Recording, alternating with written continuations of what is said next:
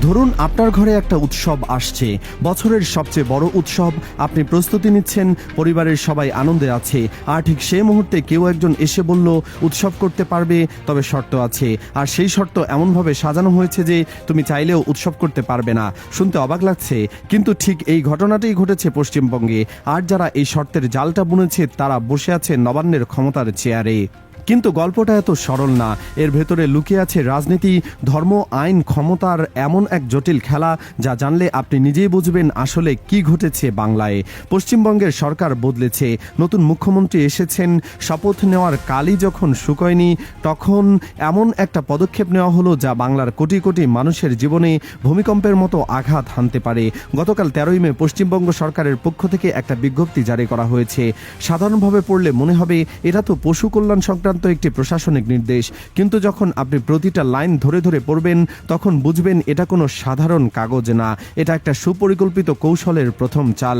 কিন্তু সেই কৌশলটা ঠিক কি সেটা বুঝতে হলে আপনাকে আরেকটু গভীরে যেতে হবে। বিজ্ঞপ্তিতে বলা হয়েছে এখন থেকে বাড়ির আঙিনায়, রাস্তায়, মহল্লায় বা যে কোনো খোলা জায়গায় গরু, বলদ, বাছুর, মহিষ বা মহিষের বাচ্চা জবাই করা সম্পূর্ণ নিষিদ্ধ। যদি কেউ কোরবানি করতে চান তাহলে তাকে যেতে হবে সরকার অনুমোদিত কসাইখানায়। এখন অনেকে ভাবতে পারেন এটা তো মন্দ কিছু না, স্বাস্থ্যবিধি মেনে চলা ভালো। কিন্তু থামুন, গল্পটা এখানেই শেষ হলে আজকের এই ভিডিও বানানোর দরকার হতো না। আসল চমকটা লুকিয়ে আছে পরের শর্তে।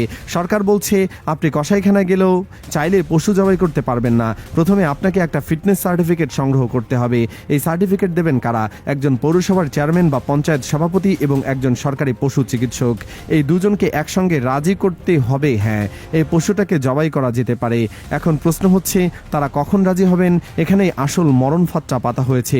সরকার বলছে একটা পশুকে তখনই কোরবানির যোগ্য ঘোষণা করা হবে যখন সেই পশুর বয়স 14 বছরের বেশি হবে, অথবা পশুটি এমনভাবে অসুস্থ, পঙ্গু বা বিকলাঙ্গ হবে যে সে আর কোনো কাজের উপযুক্ত নেই। মানে সোজা কথায় সুস্থ পশু কোরবানি করা যাবে না, শুধুমাত্র অসুস্থ পশু বা অতি বৃদ্ধ পশু দিয়ে কোরবানি দিতে হবে। এবার একটু ভাবুন, ইসলামী বিধান অনুযায়ী কোরবানির পশু কেমন হওয়া দরকার? সুস্থ, সবল, ত্রুটিমুক্ত। কোনো অন্ধ, খোঁড়া, রোগা বা বিকলাঙ্গ পশু দিয়ে কোরবানি দেওয়া ইসলামী শরীয়তে গ্রহণযোগ্য নয়। এটা ধর্মের একেবারে মৌলিক বিধান। আর ঠিক এই জায়গাটাতেই একটা অদৃশ্য গিট বেঁধে দেওয়া হয়েছে। একদিকে ধর্ম বলছে সুস্থ পশু ছাড়া কোরবানি হবে না, অন্যদিকে রাষ্ট্র বলছে সুস্থ পশু কোরবানি করা যাবে না। দুটো শর্তে একসঙ্গে মেলানো গাণিতিকভাবে অসম্ভব। মানে কেউ যদি আইন মানতে চান তাহলে ধর্ম পালন করতে পারবে না, আর যদি ধর্ম পালন করতে চান তাহলে আইন ভঙ্গ হবে। কিন্তু আসল প্রশ্নটা কি এটাই, নাকি এর পেছনে আরো বড় কোনো পরিকল্পনা কাজ করছে? দেখুন, পশ্চিমবঙ্গের ক্ষমতার পালাবদলটা শুধু একটা রাজনৈতিক পরিবর্তন ছিল না।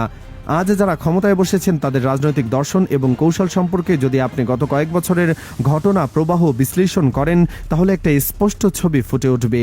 এই বিজ্ঞপ্তিটা হঠাৎ করে আসেনি, এর পেছনে একটা দীর্ঘমেয়াদী পরিকল্পনার গন্ধ পাওয়া যায়। কারণ সময়টা লক্ষ্য করুন, ঈদুল আজহা আর মাত্র কিছুদিন বাকি। গোটা বিশ্বের মুসলিম সম্প্রদায় যখন তাদের বছরের পর বছর বড় ধর্মীয় উৎসবের প্রস্তুতিতে ব্যস্ত, ঠিক সেই মুহূর্তে এমন একটা নির্দেশিকা জারি করা, এটা কাকতালীয় বলে মেনে নেওয়াটা কঠিন। আর শাস্তির কথাটা শুনলে আরও চমকে উঠবেন। সরকার পরিষ্কার জানিয়ে দিয়েছে কেউ যদি এই নিয়ম ভাঙে তাহলে তার বিরুদ্ধে 1950 সালের পশু হত্যা নিয়ন্ত্রণ আইনে মামলা হবে। 6 মাস পর্যন্ত কারাদণ্ড হতে পারে, 1000 টাকা জরিমানা হতে পারে, অথবা দুটোই একসঙ্গে হতে পারে। মানে একজন মানুষ যদি তার ধর্মীয় বিধান পালন করতে গিয়ে নিজের বাড়িতে একটা সুস্থ পশু কোরবানি দেয় তাহলে তাকে জেলে যেতে হতে পারে।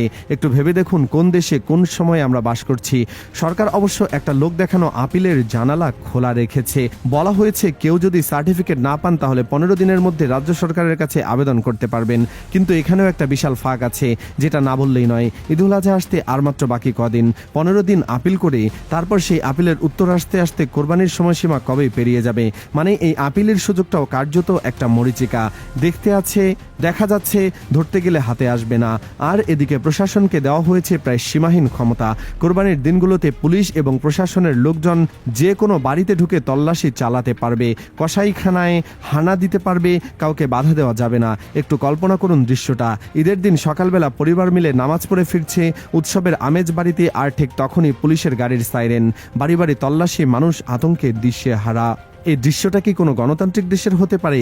এবার একটু বৃহত্তর প্রেক্ষাপটে ভাবুন। ভারতের সংবিধানের প্রতিটি নাগরিকের ধর্মীয় স্বাধীনতার অধিকার দিয়েছে। সংবিধানের 25 নম্বর অনুচ্ছেদে স্পষ্টভাবে বলছে প্রত্যেক ব্যক্তির স্বাধীনভাবে ধর্ম পালনের অধিকার আছে। এখন প্রশ্ন হচ্ছে, একটা রাজ্য সরকার কি এমন কোনো নির্দেশিকা জারি করতে পারে যা কার্যত একটা সম্প্রদায়ের ধর্মীয় অনুষ্ঠান পালন অসম্ভব করে তোলে?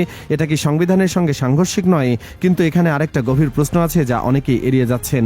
সুপ্রিম কোর্ট এবং কলকাতা হাইকোর্টের পুরনো কিছু নির্দেশনার কথা বলে এই বিজ্ঞপ্তি জারি করা হয়েছে। সেই নির্দেশনাগুলো কি আসলেই এই ব্যাপারের ব্যাখ্যা সমর্থন করে, নাকি আদালতের রায়কে নিজেদের সুবিধামতো ব্যবহার করা হচ্ছে? এই প্রশ্নটা কিন্তু আইনবিদরা ইতিমধ্যে তুলতে শুরু করেছেন। অনেক আইন বিশেষজ্ঞ মনে করছেন 1950 সালের আইনটি মূলত কৃষিকাজে ব্যবহৃত পশুদের সুরক্ষার জন্য তৈরি হয়েছিল। সেই আইনকে ধর্মীয় অনুষ্ঠান রোধের হাতিয়ার হিসেবে ব্যবহার করা এটা আইনের মূল উদ্দেশ্যের সঙ্গে সঙ্গতিপূর্ণ নয়, সেটা বড় প্রশ্ন।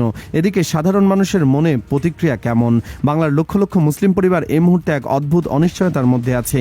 তারা জানে না ঈদের দিনটা কেমন হবে, আনন্দের হবে নাকি আতঙ্কের, উৎসবের হবে নাকি গ্রেফতারের ভয়ে কাটবে। কোনো পরিবার কি স্বাভাবিকভাবে তাদের ধর্মীয় রীতি পালন করতে পারবে, নাকি প্রতিটা পদক্ষেপে তাদের পেছনে থাকবে আইনের ভয়ে? আর শুধু মুসলিম সম্প্রদায়ের দিক থেকেই না, অনেক উদারপন্থী হিন্দু মানুষও প্রশ্ন তুলেছেন, আজ যদি একটা সম্প্রদায়ের ধর্মীয় অনুষ্ঠানে এভাবে হস্তক্ষেপ করা হয়, তাহলে কাল যে অন্য কোনো সম্প্রদায়ের উৎসবে এমন কাজ করা হবে না, তার নিশ্চয়তা কোথায়? ধর্মীয় স্বাধীনতার ওপর আঘাত যখন শুরু হয়, তখন সেটা কোনো একটা নির্দিষ্ট সম্প্রদায়ের মধ্যে সীমাবদ্ধ থাকে না। ইতিহাস সেটা বারবার প্রমাণ করেছে। ভবিষ্যতে কি হতে পারে? কয়েকটা সম্ভাবনা আছে। প্রথমত, এই বিজ্ঞপ্তি চ্যালেঞ্জ করে হাইকোর্টে রিট করা হতে পারে, আইনি লড়াই শুরু হতে পারে। দ্বিতীয়ত, কেন্দ্রীয় সরকারের ভূমিকা কি হবে সেটা দেখার বিষয়। তৃতীয়ত, বাংলার রাজপথে প্রতিবাদ শুরু হতে পারে। আর চতুর্থত এবং সবচেয়ে উদ্বেগজনক সম্ভাবনা, এই নিয়ে কঠোরভাবে প্রয়োগ করতে গিয়ে সাম্প্রদায়িক উত্তেজনা ছড়িয়ে পড়তে পারে। কোরবানির দিনগুলোতে যদি প্রশাসন জোর করে বাড়ি বাড়ি তল্লাশি চালায়, তাহলে পরিস্থিতি কোন দিকে মোড় নেবে সেটা আন্দাজ করা কঠিন। আর সবচেয়ে বড় কথা হচ্ছে, এই ধরনের নির্দেশিকা কি শুধু পশ্চিমবঙ্গেই সীমাবদ্ধ থাকবে, নাকি এটা একটা নজির হয়ে যাবে যেটা দেখে অন্য রাজ্যগুলো একই পথে হাঁটবে? ভারতের ফেডারেল কাঠামোতে যদি একটা রাজ্য এভাবে ধর্মীয় অনুষ্ঠানে হস্তক্ষেপ করতে পারে, তাহলে আগামীকাল অন্য কোনো রাজ্যের অন্য কোনো ধর্মের উৎসবও একই রকম বাধা আসতে পারে। পশ্চিমবঙ্গের বুকে আজ একটা নীরব ঝড় বইছে। বাইরে থেকে হয়তো সব শান্ত দেখাচ্ছে, কিন্তু ভেতরে ভেতরে কোটি কোটি মানুষের মনে জমাট বাঁধছে প্রশ্ন, ক্ষোভ, আতঙ্ক আর অনিশ্চয়তা। একটা সরকার যখন ক্ষমতায় বসে ধর্মকে নিয়ন্ত্রণ করার চেষ্টা করে, তখন সেটা শুধু একটা সম্প্রদায়ের সমস্যা থাকে না, সেটা হয়ে যায় পুরো গণতন্ত্রের সংকট। এখন প্রশ্ন হচ্ছে, এই গল্পের পরের অধ্যায়টা কে লিখবে?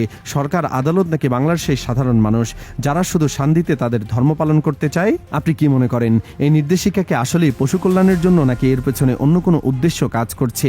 আপনার সৎ এবং সাহসী মতামত কমেন্ট বক্সে লিখুন, কারণ এই মুহূর্তে চুপ থাকাটাও একটা অবস্থান, আর একটা কথা বলাটাও।